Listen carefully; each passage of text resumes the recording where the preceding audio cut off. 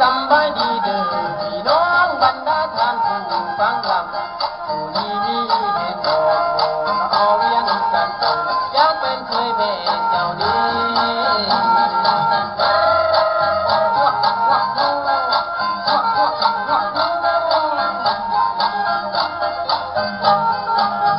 แต่ไงใดให้หวนร้ายที่ได้มาหวนให้กันมาโหลานวันดาเบาบุญไอลายได้ของเก่าเจ้าตะวันขึ้นมาเปื้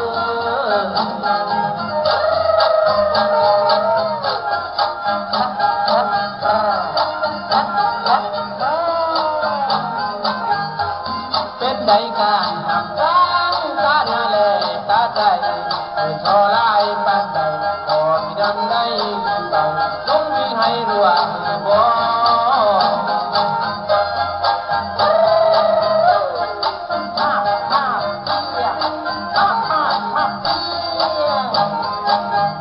กระบวนการจับจ้างสักได้วางเจ้ามาไว้ให้ภาษาได้ความจนและยาก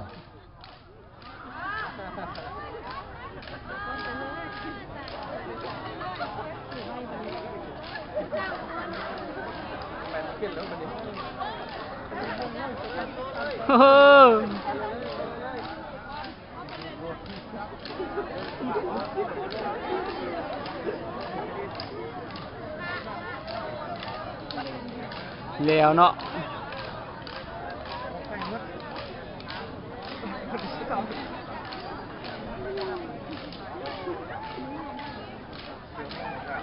จบ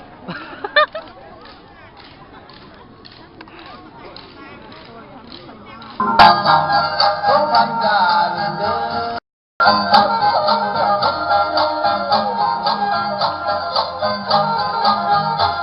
พบกันขัดขาดากับพญาโก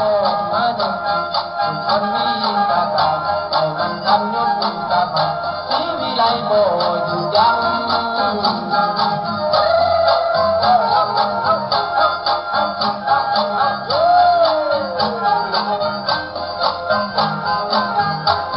ทุกใจการให้ใครอยู่ในคอโก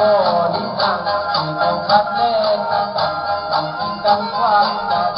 ลักพอเกินอยู่หาดู